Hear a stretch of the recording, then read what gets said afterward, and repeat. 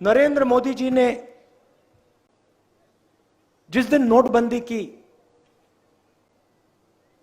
जिस दिन गलत जीएसटी लागू की, उन्होंने हिंदुस्तान पर आर्थिक सुनामी आई। सुनते हुए काफी दुख हुआ। ये भैया किसानों का नहीं है। ये मीडिया जो है गलतफहमी में मत आओ। ये मजदूरों का नहीं है, ये किसानों का नहीं है, छोटे व्यापारियों का नहीं है। ये उन्हीं 2-3 बड़े उद्योगपतियों का औजार है। और इसका काम हिंदुस्तान में नफरत फैलाने का है, हिंदुस्तान में डर फैलाने का है। और मैं आपको एक और बात बता दूं, ये जो हमारे जर्नलिस्ट भाई खड़े हैं ना, इनमें से एक नहीं करना चाहता। प्रेस के हमारे मित्र हैं, मगर विपक्ष का कुछ दिखाते नहीं है।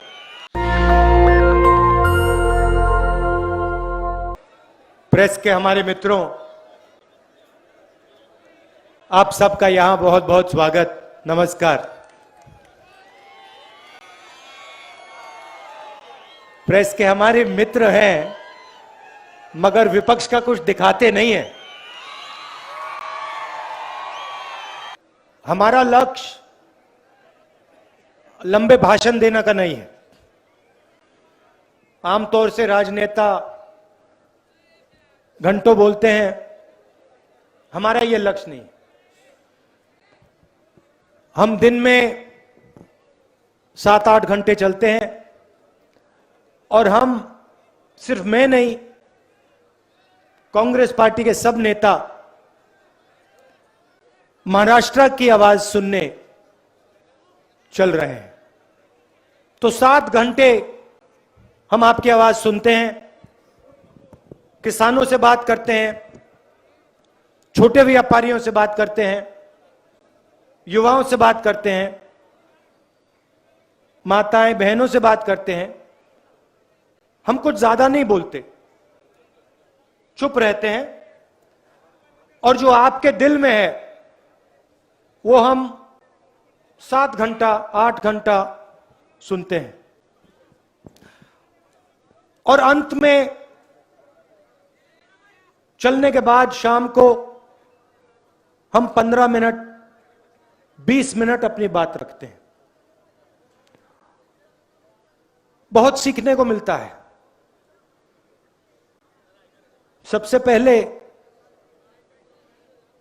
जैसे आप लोग जानते हो, गाड़ी में चलने और सड़क पे चलना बिल्कुल अलग चीज है। हिंदुस्तान, किसानों का हिंदुस्तान, मजदूरों का हिंदुस्तान गाड़ी में नहीं चलता है, सड़कों पे चलता है, पैदल चलता है। तो अगर उस हिंदुस्तान को समझना है तो हवाई जहाज, हेलीकॉप्टर, गाड़ी से नहीं समझा जा सकता है। अगर हिंदुस्तान को समझना है तो सड़क पे चलना होगा। और यही सबसे पहली बात, सड़क की क्वालिटी दिख जाती है। कैसी सड़क है, उस पे चला जा रहा है या नहीं, गड्ढे हैं या नहीं, ध्यान से चलना पड़ता है या आसानी से चला जा सकता है, सब पता लग जाता है। 5 मिनट में पता लग जाता है। स्टेट की हालत सबसे पहले सड़कों में दिख जाती है।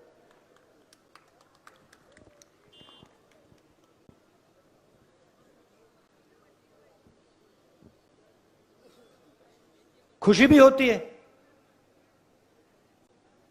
किसी से मिलो,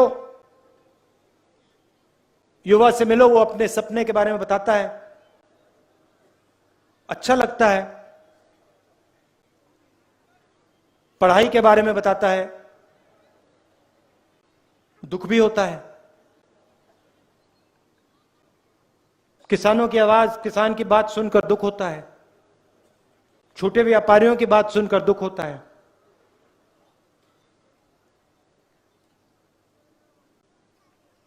नरेंद्र मोदी जी ने कुछ साल पहले नोटबंदी की, जीएसटी लागू की। उसका असर कितने साल हो गए? कितने साल पहले की थी? 6 साल।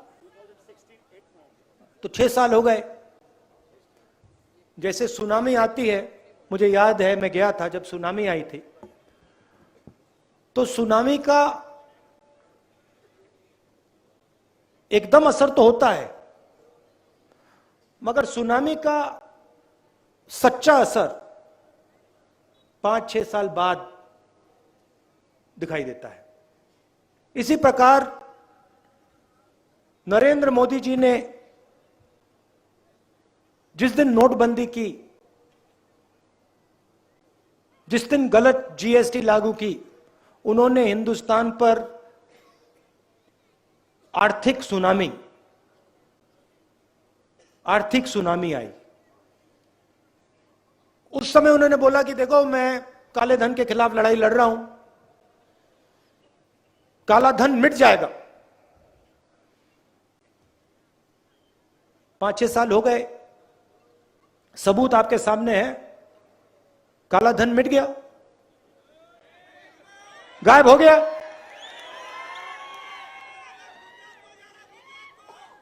नहीं, गुजरात को भैया आपके प्रोजेक्ट जा रहे हैं, वो काला धन अलग है, मगर आपके प्रोजेक्ट जा रहे हैं। जैसे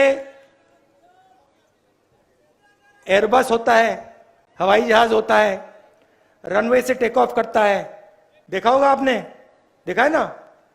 वैसे ही एयरबस का प्रोजेक्ट महाराष्ट्र से उड़ता हुआ चला गया, पता नहीं कहां चला गया, कहां गया, क्यों गया, क्यों गया?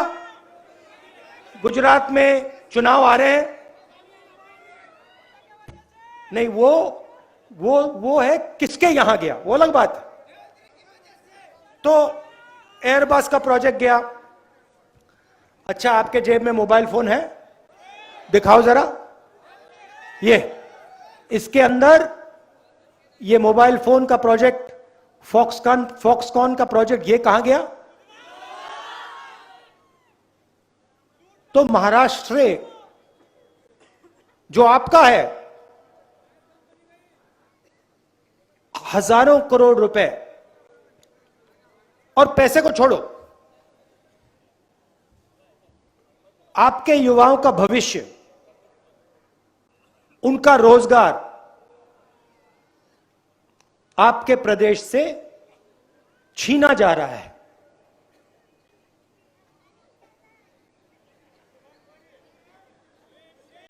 ये अब सड़क पे आप युवा से बात करो, मैंने कहा कि इन सड़कों पे अच्छा लगता है, दुख भी होता है। आज मेरी एक युवा से बात हो रही थी, स्वराज नाम, बस लेके आया था अकेला, 3-4 किलोमीटर हमारे साथ मतलब चल रहा था। राहुल जी मैं आपसे बात करना चाहता हूं, राहुल जी मैं आपसे बात करना चाहता हूं, राहुल जी मैं आपसे बात करना चाहता हूं। बहुत सारे लोग हैं तो लोग आते रहते हैं। आधा पौना घंटा लगा, आया।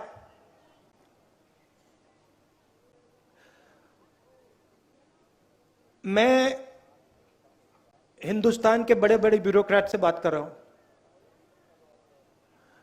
जितना इसको शिक्षा के बारे में मालूम था, हिंदुस्तान की एजुकेशन मिनिस्ट्री में सबसे बड़े ब्यूरोक्रेट को नहीं मालूम। पहली बात मुझे कहता है, राहुल जी मैंने इंजीनियरिंग की है, मगर मुझे इंजीनियरिंग की जॉब नहीं मिल सकती हिंदुस्तान में। मैंने उससे कहा कि अजीब सी बात है, मैं अब कन्याकुमारी से महाराष्ट्र तक आ गया। जब भी मैं युवाओं से, बच्चों से पूछता हूं क्या करना चाहते हो, 4 ही जवाब मिलते हैं, 5। पहला आईएएस, दूसरा इंजीनियर, तीसरा डॉक्टर, चौथा शाबाश, चौथा आर्मी, और 5वां वो आर्मी और पुलिस मतलब एक ही है, उसको एक ही मानते। 5वां लॉयर, डॉक्टर, लॉयर, आईएएस मतलब सरकारी, पुलिस या आर्मी, और कोई कुछ करना ही नहीं चाहता। तो लड़के ने मुझे बताया, स्वराज ने बताया कि देखो क्यों नहीं करना चाहते, क्योंकि हिंदुस्तान में प्रैक्टिकल शिक्षा नहीं है। मतलब जो भी हम अपने स्कूल कॉलेज में सिखाते हैं, ये 5 काम उससे हो सकता है, उस शिक्षा से हो सकता है। मगर अगर व्यक्ति को, युवा को किसी कंपनी में जाके काम करना है, तो जो उसे स्कूल में सिखाया जा रहा है और जो उसको कंपनी में नॉलेज होनी चाहिए, जमीन आसमान का फर्क है। ये 16 साल का बच्चा मुझे बता रहा है, और यह बात हिंदुस्तान के सबसे बड़े ब्यूरोक्रेट्स को नहीं समझ आ रही। यह है महाराष्ट्र का कमाल। अच्छा, मैंने खुशी की बात बोली तो दुख की बात भी बता देता हूं। मैं आपको बताऊं, आज आपने मेरा दिल तोड़ दिया। हाँ, दिल तोड़ दिया आपने मेरा, दिल तोड़ दिया। मैं आपको बताऊं, सुनोगे? इसी सड़क पे इतनी बड़ी छोटी सी बच्ची मुझसे मिलती है, 6 साल की, 7 साल की। कहती है, पहले मुझे ढूंढ के निकाला, कहती है मैं आपसे मिलना चाहती हूं। तो जब भी कोई बच्चा आता है, मैं उसको सीधा एक टॉफी दे देता हूं। मैंने टॉफी दी, बातचीत शुरू हुई। मैंने कहा क्या करना चाहती हो? अच्छा, महाराष्ट्र की सब लड़कियां डॉक्टर बनना चाहती हैं। तो कहती है मैं डॉक्टर बनना चाहती हूं। फिर मैंने कहा क्या तुम्हारे भाई बहन हैं? कहती है हां, मेरा भाई है। भाई क्या करता है? तुम्हें तंग करता है? हां। लड़ाई होती है? हां। तो ये बातचीत चल रही थी।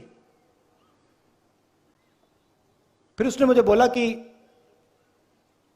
मेरे भाई कभी कभी मुझे मारते हैं और मैं पापा मामा के पास जाती हूं और वो भाई को कुछ नहीं कहते। तो छोटी सी बच्ची, मैंने उसको कहा कि क्यों तुम्हारे माँ बाप भाई को कुछ क्यों नहीं कहते अगर वो तुम्हें मार रहा है? छोटी सी बच्ची कहती है क्योंकि वो उसको मुझसे ज्यादा प्यार करते हैं।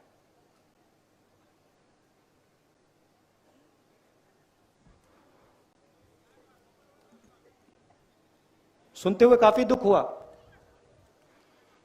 छोटी सी बेटी है, होशियार, मगर उसके माता पिता जिस प्रकार से बेटे को देखते हैं,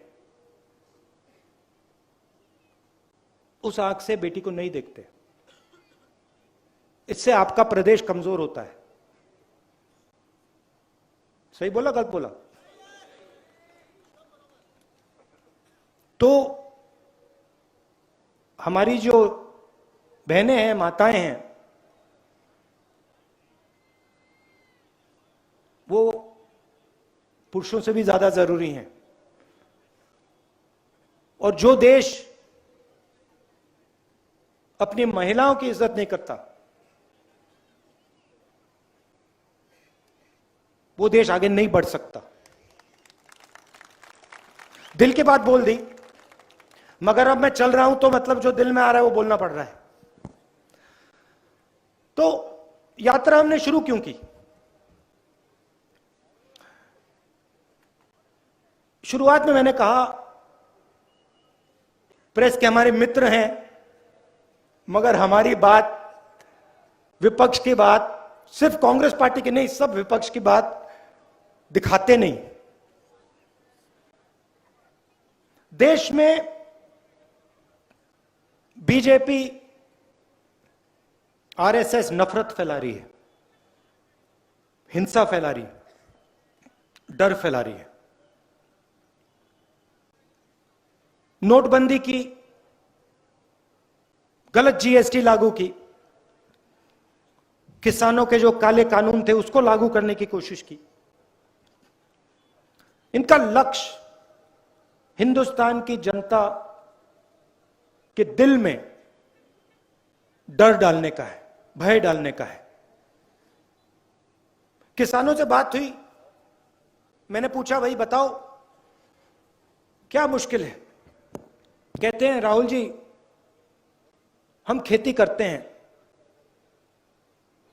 अपना खून पसीना डाल देते हैं,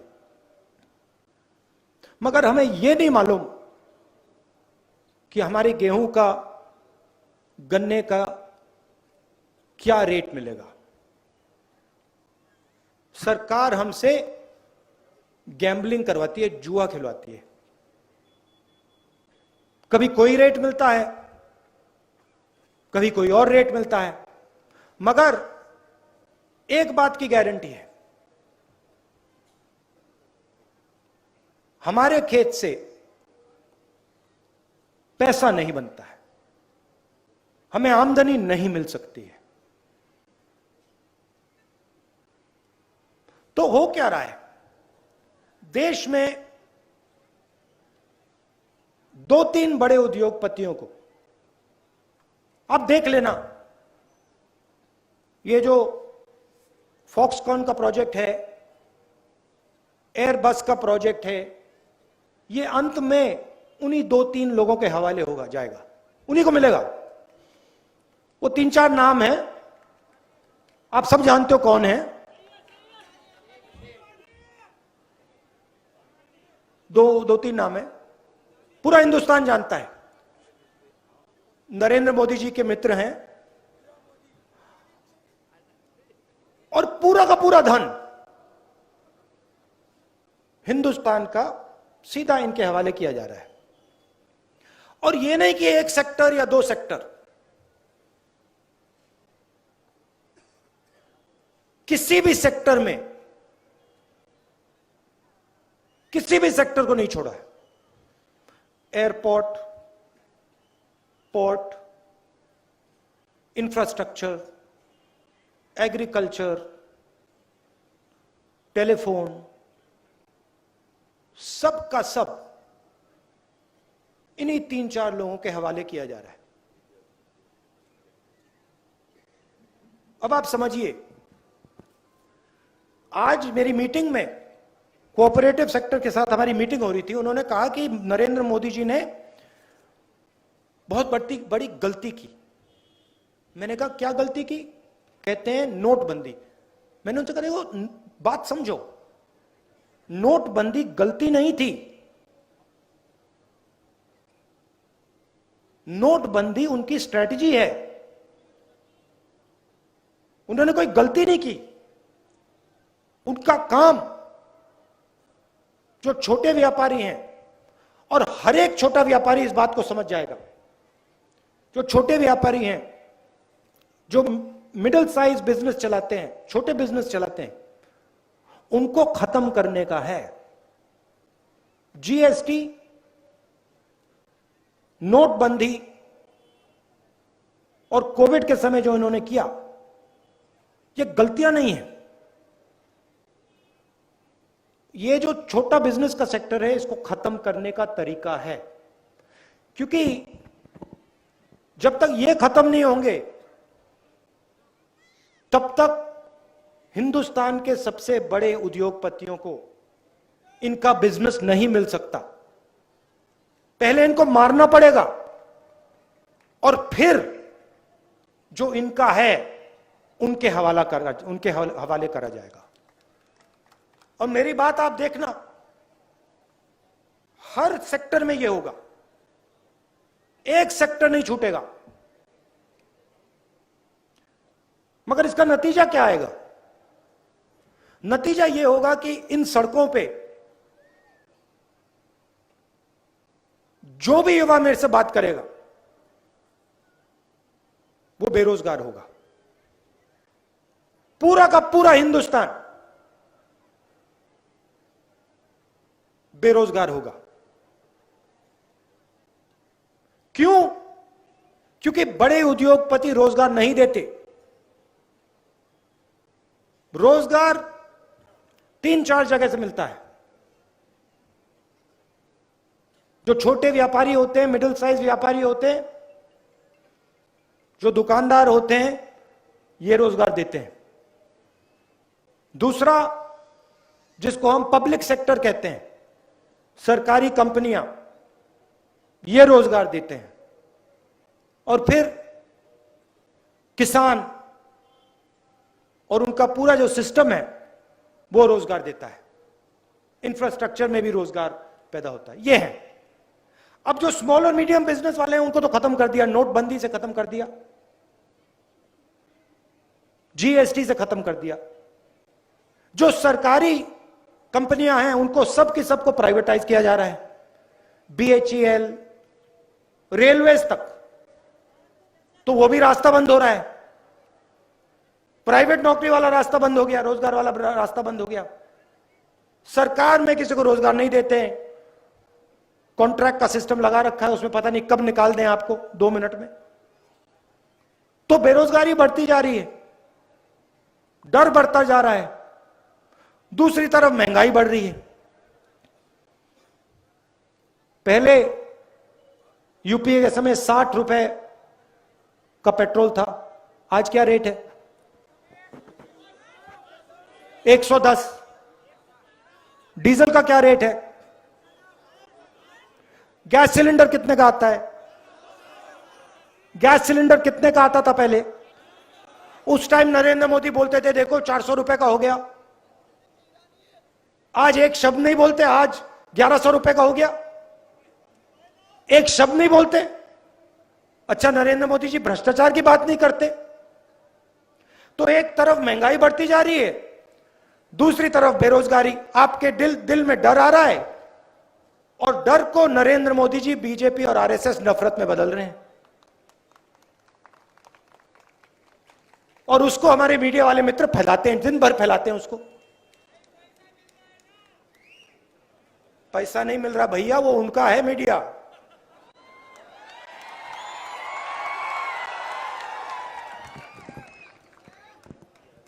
ये भैया किसानों का नहीं है।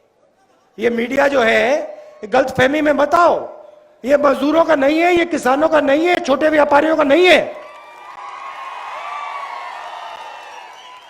ये उन्हीं 2-3 बड़े उद्योगपतियों का औजार है। और इसका काम हिंदुस्तान में नफरत फैलाने का है, हिंदुस्तान में डर फैलाने का है। और मैं आपको एक और बात बता दूं, ये जो हमारे जर्नलिस्ट भाई खड़े हैं ना, इनमें से एक नहीं करना चाहता, ये सब देशभक्त हैं, एक नहीं करना चाहता, मगर चॉइस नहीं है, नौकरी से निकाल देंगे। तो ये है हालत। देखो, हंस रहे हैं, मुस्कुरा रहे हैं, देखो सबके सब मुस्कुरा रहे, देखो। तो इसीलिए हमने ये भारत जोड़ो यात्रा शुरू की है। मीडिया वाले हमारी बात ना उठाएं, पार्लियामेंट में हम बात रखते हैं तो देखो क्या करते हैं, माइक ऑफ कर देते हैं ऐसे।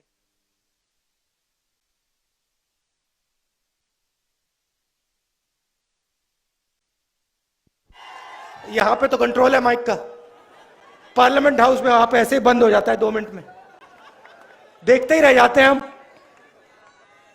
नोटबंदी की बात करो, माइक ऑफ। चाइना की सेना अंदर आ गई, 2000 स्क्वायर किलोमीटर हिंदुस्तान का उठा के ले गए, माइक ऑफ। ना बोलना है बोल लो, किसी को कोई कुछ नहीं दिखाई देगा, कुछ नहीं सुनाई देगा, माइक ऑफ। वो तो सब है भैया, ईडी शीडी से कोई डरता नहीं है, बात समझ लो। अच्छा, फिर नई चीज लाए मेरे साथ यहां पे इसी सड़क पे। मैंने कहा आपको देखो, हिंदुस्तान के युवा 5 चीजें करना चाहते हैं। सुनो सुनो, हिंदुस्तान के युवा 5 चीजें करना चाहते हैं। क्या करना चाहते हैं? IAS, police, army, doctor. यहां पे बहुत सारे लड़के आते हैं, कहते हैं कि हम आर्मी में जाना चाहते हैं। पूछता हूं क्यों? हम देश की रक्षा करना चाहते हैं। अब नरेंद्र मोदी जी ने नया काम निकाला है। नहीं, सुनो, मजे की बात सुनाता हूं आपको। अच्छा, देश की रक्षा करनी है ना, सिर्फ 4 साल कर सकते हो, उसके बाद आउट, अग्निपथ। 4 साल के बाद आप देशभक्त नहीं हो सकते। 4 साल आप सेना में काम करो, 6 महीने ट्रेनिंग मिलेगी, और 4 साल बाद घर जाइए, माइक ऑफ। यह है अग्निवीर। आप किसी से भी पूछ लो, किसी युवा से पूछ लो, आर्मी वालों में डिसिप्लिन होता है कहेंगे नहीं, मगर दिल में है। तो चाइना की सेना आती है अंदर, एकदम माइक ऑफ हो जाता है। प्रधानमंत्री कहते हैं कोई अंदर नहीं आया। अच्छा, तो अंदर नहीं आया तो हमारी सेना उनकी सेना के साथ किस बात की बातचीत कर रही है? 22 बार बातचीत हो गई। हमारी सेना कह रही है कि हमारी जमीन ले गए। नरेंद्र मोदी जी कह रहे हैं नहीं, जमीन नहीं गई। नेगोशिएशन में चाइना के लोग कहते हैं कि भैया आपके तो प्रधानमंत्री कह रहे हैं कि जमीन नहीं गई। यह है हालत देश की। इसीलिए हमने ये यात्रा शुरू की है। और यात्रा में बड़ी अजीब सी बात हो रही है। और देखिए, आप सबसे पूछिए, पटोले जी बैठे हैं, चौहान साहब बैठे हैं, इनसे पूछिए। 6 बजे सुबह यात्रा शुरू होती है, 7 बजे शाम को खत्म होती है। थकान नहीं होती। 25 किलोमीटर चलने के बाद, नहीं, मैं सिर्फ अपनी बात नहीं कर रहा हूं, मैं सबकी बात कर रहा हूं। किसी को थकान नहीं होती। पूछो क्यों? नहीं, क्यों? क्योंकि आपकी शक्ति के बल पर हम चल रहे हैं।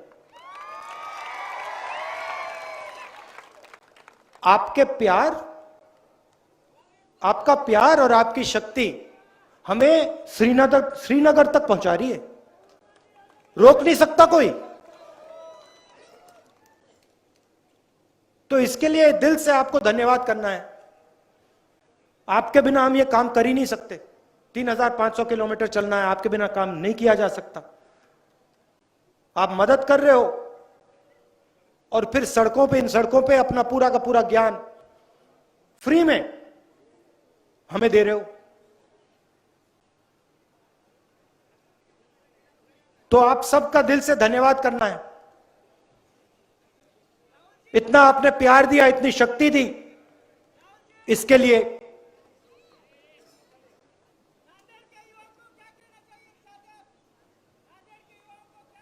डरो मत। किसी चीज से डरो मत। मैं नरेंद्र मोदी की बात नहीं कर रहा हूं, मैं आरएसएस की बात नहीं कर रहा हूं। जिंदगी में किसी चीज से डरो मत, कभी नहीं डरो। और दूसरी बात सुनो, अगर डरोगे नहीं तो किसी से नफरत करोगे नहीं, हो ही नहीं सकता। तो अपने दिल में से डर को निकाल दो, और जो ये देश है इसमें नफरत मत फैलाओ, इसमें भाईचारा और प्यार फैलाओ। देशभक्ति करनी है। देशभक्ति देश को बांटने से नहीं होती। एक तरफ झंडे को सलूट मारा, दूसरी तरफ एक भाई को दूसरी भाई से लड़ा दिया, यह देशभक्ति नहीं है, यह देश को कमजोर करने का काम है। तो